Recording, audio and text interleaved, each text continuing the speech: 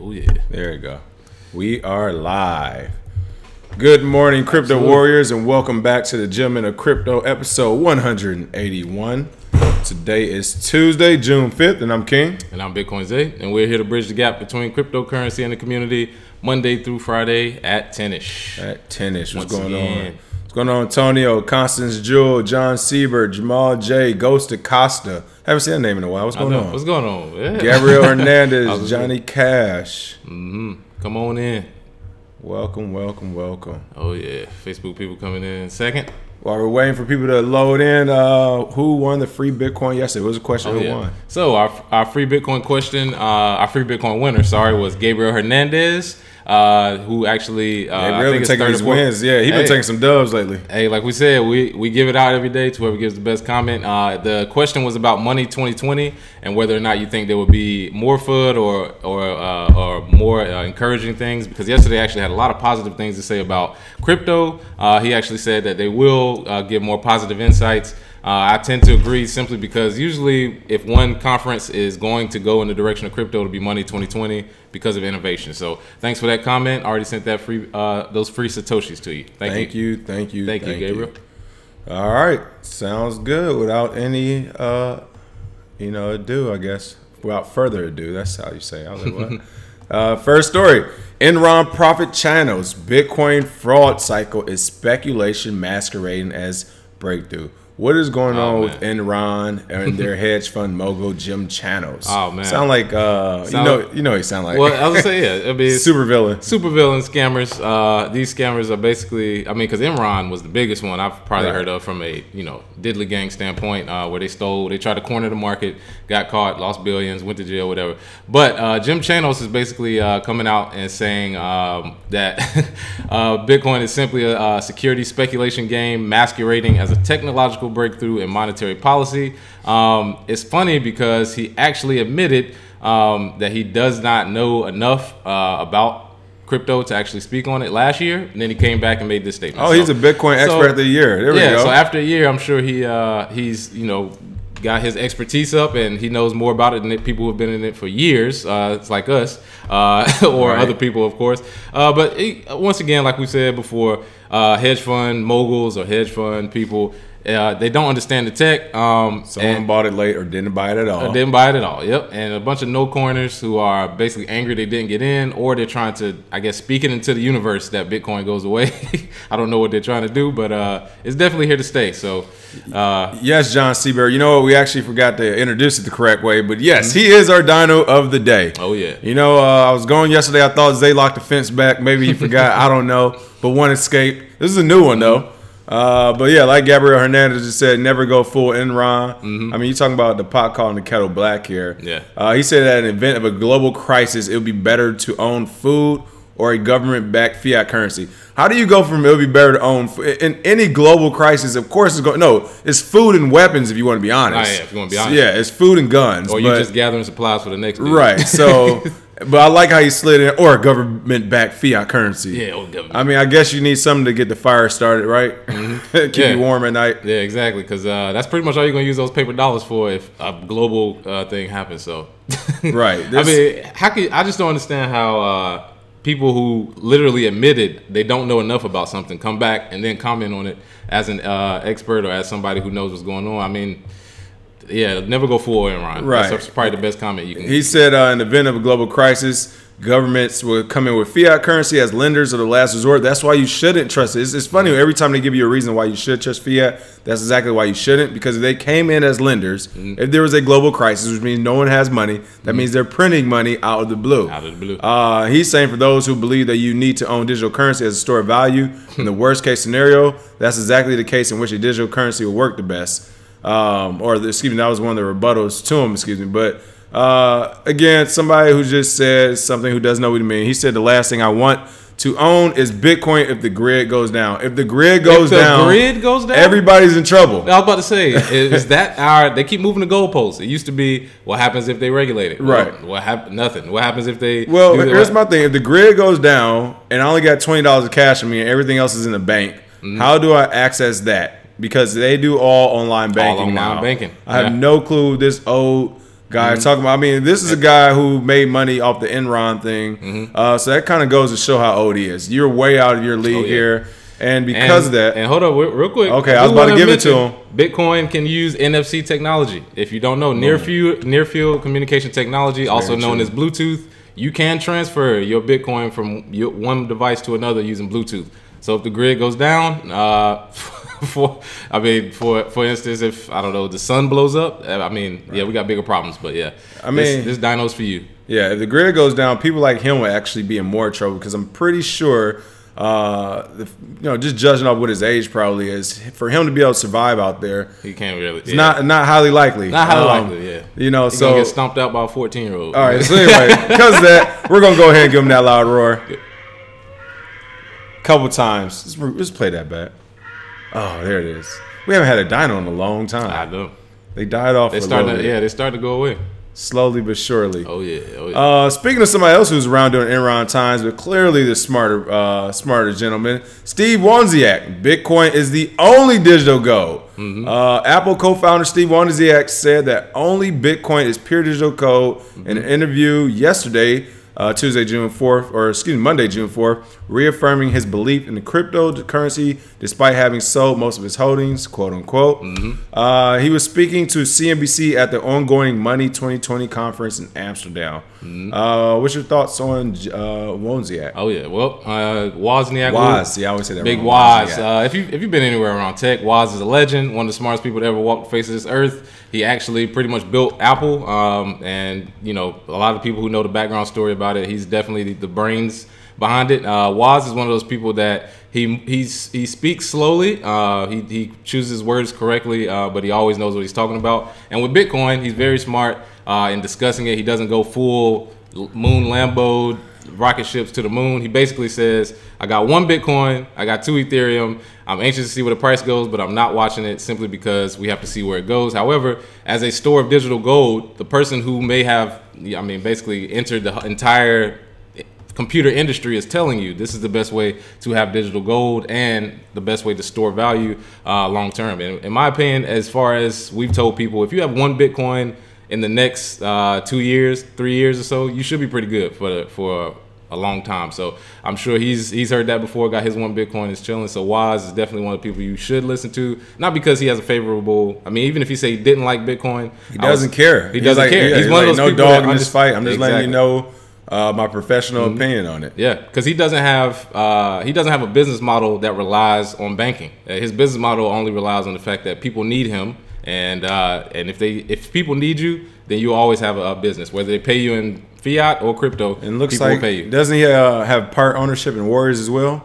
So it looks like he's about to get a nice little bag here in the next week or two anyway. So yeah, absolutely, he's good to go. Yeah, good old Woz. And yeah, like I said, what we call FU money, where you don't have to listen to anybody. So yeah, he can say what he wants, but he definitely, like I've always seen him, very calm, collected. He doesn't go off the rails because he's seen, I think, the worst of what can happen in the technology world, and then he's also seen the best of what can happen in the technology world. Built the biggest company in the world. So shout out to Woz. There we go. Someone who's level-headed and at least done some prior research and due diligence before they speak about it. Yeah, and if you notice, people like that always are positive on Bitcoin. That's true.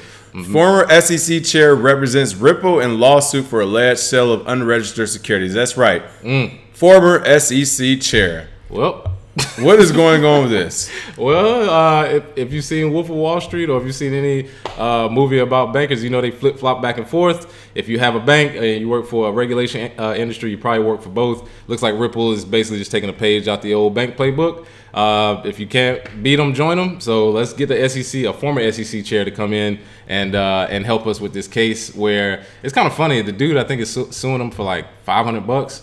Like basically, like he lost 551.89. This is where you go up against people. When we talk about these private arbitrations and all this stuff, this is where you go up against. Ripple literally gets a ex-SEC chair to represent them for a $500 lawsuit. That says a lot. Yeah, like that says a lot. What are you really gonna do? And I think going forward with a lot of these lawsuits with the securities and token securities and whatnot, they'll kind of just be blowing in the wind right now, but when it actually hits, when they actually come out with something sturdy, then we'll see the floodgates open. Because right now, if you go up against them, like you just said, you can't go up against their lawyers by yourself. You need an army of people. So as soon as they say it's tokenized securities, you'll probably have thousands of people say, well, I lost money trading, I wasn't warned. Right. It wasn't. They know this is going to set a precedent. It's going to set a precedent. Yeah. Yep. So shout out to him for being Ryan Coffey for being brave, but yeah, it's probably going to get smashed and thrown away somewhere. Won't hear about it again. My biggest thing is, again, there must be some type of rule. I guess there isn't if you leaving government office to private, but this is how it's going to happen, just like with the whole Goldman Sachs and working for the government. You know, the Federal Reserve folks working for the government and flip-flopping back and forth. But it's just kind of interesting to see a person who literally helped shape the landscape of all the rules, regulations, and laws, and then literally, you know, 5 minutes later go to the other side and say, all right, I'm going to teach you how to get around all of this I just created. There's loopholes and everything. Absolutely. I made it myself. You want to hire me. Yep. And that, I don't know, that kind of doesn't seem right. But hey. Yeah. That's what you get with a centralized ledger. So shout out to Ripple for getting the SEC chair to represent them. But hopefully, yeah, I don't know. They're gonna have to go through it. I can tell you that right now. Just lawyer up, son. Speaking of SEC chairs, SEC names new senior advisor to oversee crypto regulation. New crypto czar. Crypto czar. The SEC has created a new senior advisory position to oversee securities regulations of the crypto sphere, according to a press release yesterday, June 4th.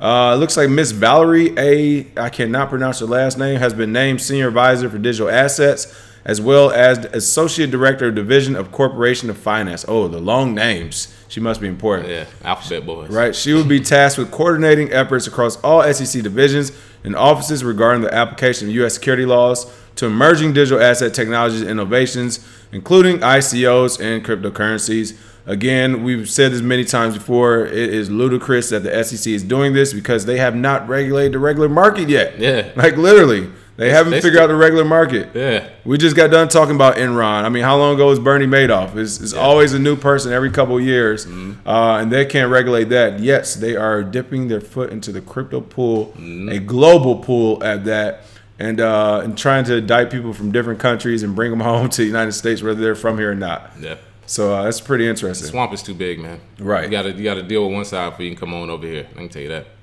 She said that it looks like, what's her name? Caesar Panic, I think her last name is, saying that with her new role, she would use it to facilitate capital formation, promote fair, orderly, and efficient markets, and protect investors, particularly Main Street investors.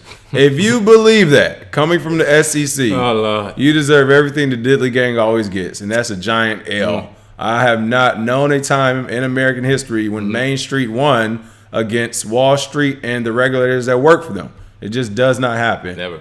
But hey, we'll see what happens, or see what her type of, I guess, her views on crypto are. I mean, has anything came out about it yet? Not really. I mean, her office to me isn't that big, only because they still use 70-year-old regulation. They still use the Howey test as a way to do it. So even if you can put us in there, we have to, in order to keep that job, you have to use the Howey test, use the precedents before in order to do your job. So it doesn't matter who they hire, honestly. It's a machine. It's not necessarily changing the machine. It's just changing who runs it. It's still gonna run the same. It's still gonna have the same. It's still gonna have the same outputs. Still makes no sense right now. Still makes no sense. And on top of that, they appointed a crypto czar to watch over an industry that doesn't have a leader. Like Bitcoin doesn't have a leader. That's true as well. Now cryptocurrencies, some of these they have a different story. Ripple has a leader. Ethereum has a leader. Some of these coins they actually have a face to put on the actual crypto. However, with Bitcoin, the reason it is, in my opinion, you have hyper Bitcoinization is because if something comes down where they looked at as tokens, everybody's gonna run back to Bitcoin. You can't sue whoever created Bitcoin. So with the SEC, it will be interesting to see what they do. I think ICOs are their biggest problem because, of course, it's the money grab. We keep talking about the people. Yeah. They wouldn't be here if it wasn't worth anything. If it wasn't real. Exactly. We know this for a fact because just a couple years ago, when it was less than $1,000, none of this wasn't conversation. These weren't the news articles. Yeah. The news articles were really about around technology and development stuff because there were no regulators in the space. We even said it coming into this year. We said around February or March, at the end of January and February after the holidays. That's when we see regulations nonstop. Yeah, we've seen it nonstop. All the last 3 months. So like literally, they are here for the money. It's corruption written all over it.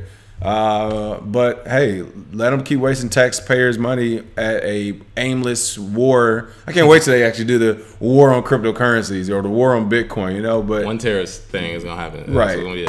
So it's one of those things where, hey, we'll see what happens, but I don't know how they're going to try to regulate the entire world. We'll see what happens with that. Yep. Gabriel Hernandez said, watch out for an SEC Winklevoss partnership to develop regulations that favor the Winklevoss way of doing things. Of course. There's a few people like that. That's already in the way. Yeah. It's going to be Winklevoss, Voorhees, Coinbase, Barry Shilbert. Yep. Yeah, it's about 10 of them right now. Same people. Yeah. Which cause trying to get on the club, but everybody's like, all right, you're kind of corny. What's his name? Civic Key? Oh, yeah, Vinny. Yeah, Vinny's like always at the end. All right, what about me? Yeah, I can jump in there. Yeah. All right, Vinny. ZenCash, latest altcoin to suffer 51% attack. Slice. Another one? Get it out of it. Wow. Yeah. Then we just go through this last week. All these baby cryptos. We tried to explain to these people that if you have a blockchain that is not secure, meaning you have 100 nodes, and that can be taken over so easily. 51% attack on ZenCash after it was Verge before. Right. It was another one I can't remember right now, but yeah, they got hacked. Basically, the 51% attack, they stole $550,000 worth of the ZenCash currency, which I will be honest, I don't think these attacks are monetarily based. I think they're literally doing this to prove a point. Whoever's doing these attacks are trying to show people, look, these chains that these are all privacy coins they're going after as well. Exactly. They're trying to show you, these privacy coins and coins that are supposedly secure.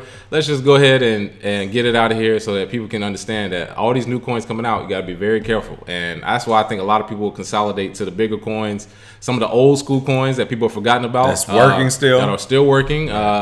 The credit and there's a few that used to be in the top 10. That used to be in the top 10 that have kind of slid out because of speculation, or because they're not using all their money on marketing. They're actually using money to develop the product. Absolutely. So when you see stuff fly to the top 5 like IOTA and let's see, what was that, EOS and Cardano, like you see some fly up there with no working product, and you got to think to yourself, all right, so what are the ones that have been around that are doing something?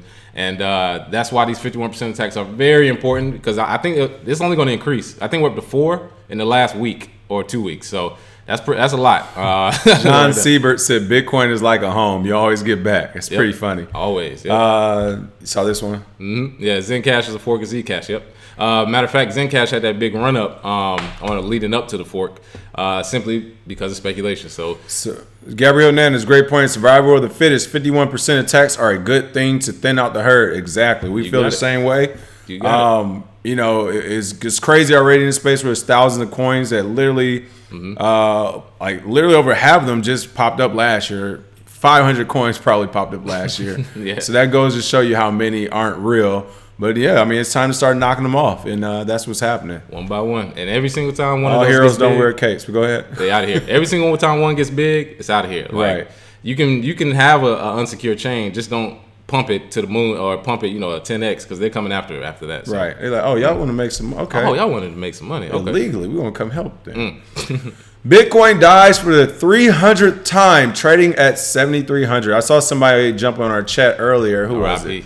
That said Bitcoin was going down to 5K, 500 or 5,000. Excuse me. Who said that? I can't go. I believe it was somebody sort of newer. Yeah, it was somebody new. It was the first one I seen it. Yeah. What are your thoughts on that? Well, as far as Bitcoin dying, I remember when, 99bitcoins.com, they have a whole list. Right. I remember when it was only 100. Now we're up to 300. It's good to see that people still think Bitcoin died. That means that we still have people who aren't a part of the community. Oh, thanks, Sean, man. Bitcoin Gold was the other one that got attacked. Thank Bitcoin you. Gold, yep. Right.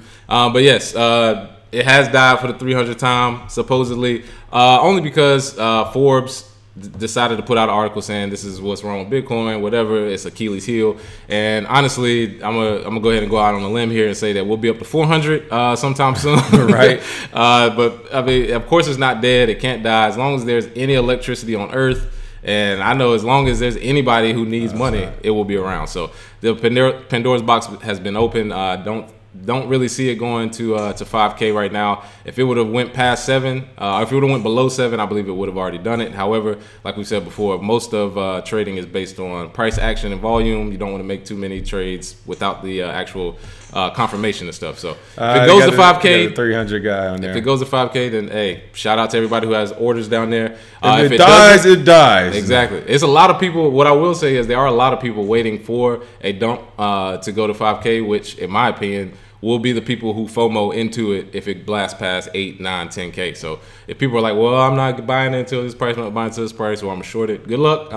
I do want to tell you, because June 6th is usually historically the day most of the trends turn around, and tomorrow happens to be June 6th. So we'll see. That's all I got to say. Before this, the most recent death was actually a week ago, May 30th. Yeah. For an article that's titled "Bitcoin's Need for Electricity is His Achilles Heel." Yeah, good old Forbes. Its oldest death is December 15, 2010. Why Bitcoin can't be a currency. It's funny that was a title of an article back in 2010, and literally that is what people like Chanos is saying this year in 2018. 8 years later. Right? That's how you know he's a noob. But you can see it's year by year on 99 Bitcoins of when people are saying it's going to die. Last year in 2017 was the highest with 118 total deaths. With his biggest growth. That was some haters. Yeah. Some haters were in.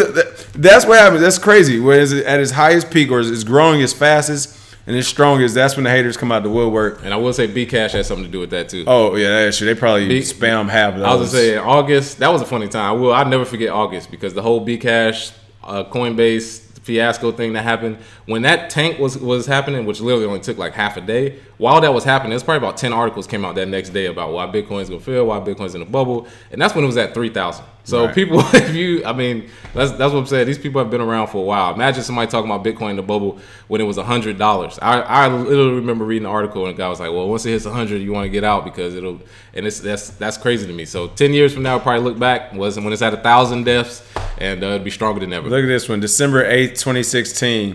Bitcoin is a bubble. It will burst on Monday, December 12th, 2016. That was from LinkedIn. What's funny about that one is that was when Bitcoin was $771. January 1st of that year is when it like hit 1,000 in 2017. So someone clearly was wrong on that. Yeah, and we keep receipts. 99 Bitcoins does too. I keep we keep screenshots out. We got screenshots from so many people in the industry. Because it's too funny. If you're in it, you're in it. If you doubt it, please come with some type of good explanation. But most people don't. They just say they don't like it, or they don't understand it. So you can check out 99 Bitcoins. It's actually a pretty cool site, and check out some of these stories. It will put your mind at ease once you see enough of them, because it's literally the same people repeating nonsense every year. Good news though. Bitcoin Batmobile. Argentinian nonprofits launch Minivan tour to spread crypto awareness. What is going on with the Bitcoin Batmobile? Oh yeah, so great idea. Let me first start by saying, even though it's a Scooby. Yeah, it's a Scooby car in the picture, but it's a good idea to basically travel around Argentina. And sounds amazing already. Already sounds good. And basically, they're trying to get people to adopt Bitcoin and show them how easy it is. Basically, sounds like me in 2015 driving around in Charlotte. But the idea is basically to go to villages. They were throwing tomatoes at Zay. Yeah, they might as well. Yeah, it's basically like, who are you and what are you doing here? But so hopefully, they get around Argentina, can give good lectures, actually show people how to use it, payment process and all that stuff, get people set up with wallets. People like this is the reason why banks can never really beat Bitcoin, because there is no community in banks. There's no community around it. Hey, you should use Bank of America today. It's like some random person doing that to you. Like, wait, what? Do you work for them? No, I just want you to use Bank of America. That doesn't happen. You get $1 million commercial and you get 15 guys in New York telling you what to do. That's so inefficient. It's not even funny. Your kids will be laughing at you when you explain what banks are to them. And people like this are the reason why. I mean, like I said, I was doing this back in the day. Didn't have a van, but this was one of the things you have to do. You have to see people face to face. You got to show them exactly what to do. You got to teach them, You got to teach them. Because some people, like myself, I'm one of the people that if you don't show me exactly how to do it, I'll stop listening. If you're trying to give me broad, pie in the sky stuff, it won't work. That's why I try and make it a point. See people face to face. If I can't see you face to face, then I can't really give you everything. But this is why this is great to me. Now, it looks like it was Argentine nonprofit organizations Bitcoin Argentina and Bitcoin Americana. And the awareness campaign is called Bitcoin Neta. And that is the abbreviations, of course, in Bitcoin, and camioneta, the Spanish word for minivan. So that's pretty cool how they partner up, and like you said, they're doing that, going from village to village, town to town. Oh, here we go. We got an actual picture of the van. You all can see it here. Swag. That is cool. They have a Twitter up, live Bitcoin Neta. I just want to go to the photo, see if we can zoom in a little bit. If you're in Argentina and you're listening, check out this minivan near you. Send us a screenshot. Oh, that's cool. Look at that. There we go. Yeah, that's what you're talking about. That's the way you build a community, people. Yeah, driving around, the countryside, explaining it to people who have never heard of it, and the fact that you showed up in their area, they will definitely be thankful. There we go. Zoomed in on that. You got a little wizard there holding the Bitcoin thing. La Bitcoineta, Argentina, 2018. That's tight. They got the hold over here, or HODO for some people who say. I know people go back for it. Look like you got a couple llamas on here, a pizza, a bear. Oh, we got to have the pizza. Oh, they got the honey badger on there. You know, Bitcoin's honey badger. They got spaceship, nice. Moon. Love it. So wait, what does this have to do? It's like camels or something? What is this? Llamas. Llamas? I'm not sure that. Yeah, some good stuff on here. B-Dubs van, yeah. They got the bull. They have a bull right here. Mm-hmm. So this band basically encompasses all that there is in Bitcoin. Got the moon on there. Kudos to them. Yeah. Shout out, Gabriel. Yeah, grassroots wins every time because people believe. That's why we do what we do. Grassroots, once people can believe in you, you got to follow them forever. And so Bitcoin core dev. Bitcoin core source code should be removed from GitHub eventually. Now, I know you covered a story yesterday about how Microsoft was buying GitHub for what, 7.5 billion or something. Mm-hmm. And the first thing popped in my head as well was like, all right, what is going to happen with a lot of these source codes on there like Bitcoin? Oh yeah. But it looks like Bitcoin core developer Waldemar van der Laan said that Microsoft acquisition of GitHub should spur discussion about moving the Bitcoin code repository off GitHub into an independently hosted platform. What are your thoughts on that? Oh yeah. Well, as a person who is in the tech space, did some development on there back in the day. A lot of GitHub stuff is gold. It's really open source, perfect, great to use. You can fork it, or you can actually get on the repositories and copy it. There's a lot of good information on there. Microsoft is trying to change their image to a developer-friendly, we like open source type of company. 20 or 30 years later, after they've made all the mistakes. So I'm one of those people that if you have the knowledge to do something and you have the money to do something, then you can't come back later and say, well, now can you forgive me because you did it. I'm sorry. This is not some kid who's poor. I'm the same way. People always talk about excuses and stuff. I'm like, you did the action. Right. Yeah, you did it. And we have a long list of Microsoft troubles, and this whole new believe us, we're trying to do good. They show that they're cutthroat, they're businessmen and businesswomen, and they're capitalists.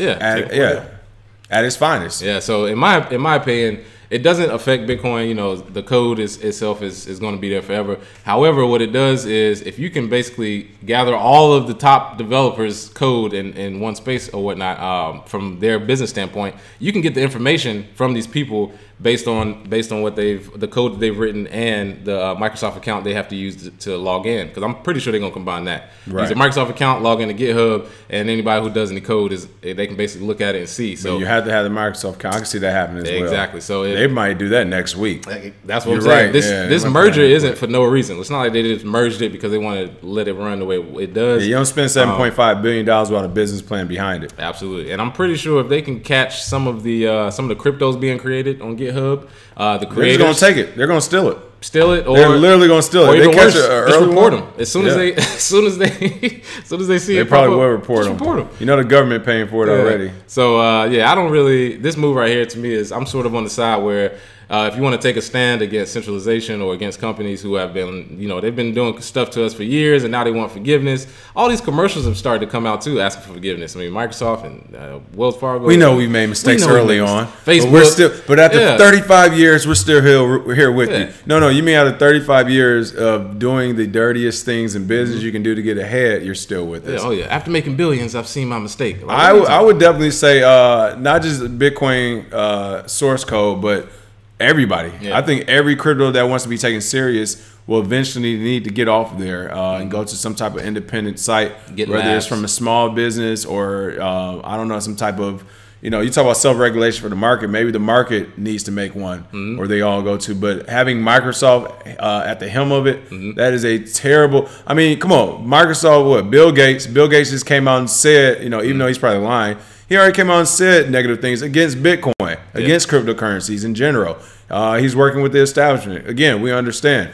But if that is the leader of the pack doing that, why would you want to be on his website now? Yeah. He's already told you where he stands. You think the people who work for him not going to fall into place? Oh, yeah. So and GitHub is centralized, but Git, the actual process of of Git on your computer is decentralized. Right. So Git itself is decentralized. It's just we've been kind of, once you use something so long, you get kind of spoiled, so to say. GitHub was so easy. It made it easy. I was going to say, made it easy. So much easier to speak with other developers and to collaborate. So it made it easier. However, Git itself is right there on the command line of your computer. You can use it whenever. So and then as a business idea, hey, somebody can start another GitHub.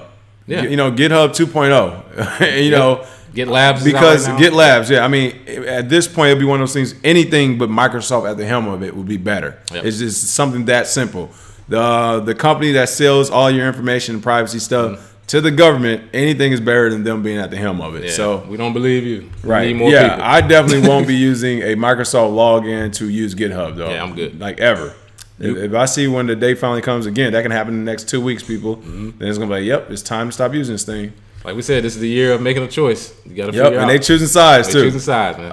For the free Bitcoin day, what are we doing? Oh yeah, so for the free Bitcoin, the crypto tour that was going on in Argentina. If you did a crypto tour in America or whatever country you're in, what are the first 3 cities you would go to and why? Let us know. Oh yeah. Put your public address and we'll send those free Satoshis to the winner. Have fun with it. You don't have to be something super serious. Like you would go to Wyoming to start a blockchain company or talk to them, or you would go to Florida for some reason, whatever, buy some oranges with Bitcoin, whatever. Let us know. Put your top 3 cities, and we'll send that free Bitcoin. All right. Thanks for watching, as always, people. Oh, and almost forgot, of course, if you haven't already. Quick promotion.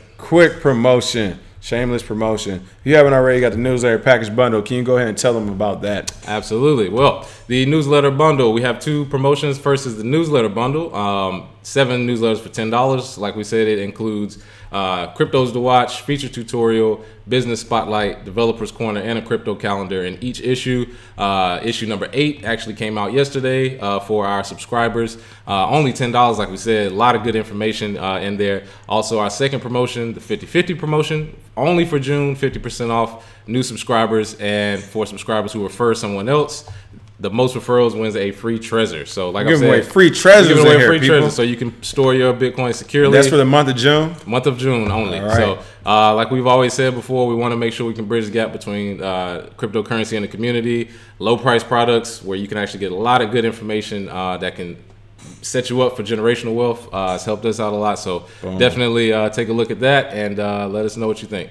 Click that buy now button, people. Absolutely. Again, that's at Shop Kirby Crypto, ShopKirbyCrypto.com, and you can see that newsletter bundle in there. All types of good stuff and good information inside. Yep, one of the only paid groups still doing good in a bear market. I was just about to say, a lot of people left. If you saw the other story today, it looks like Google searches for Bitcoin are down 75%. I don't want to hear it and see it with the new experts at the end of this year once that price starts to skyrocket again. Absolutely. You know who's been around. Until then, have a great Tuesday, people, and we will see you all tomorrow at tennis. At tennis. Cheers. Have a good one.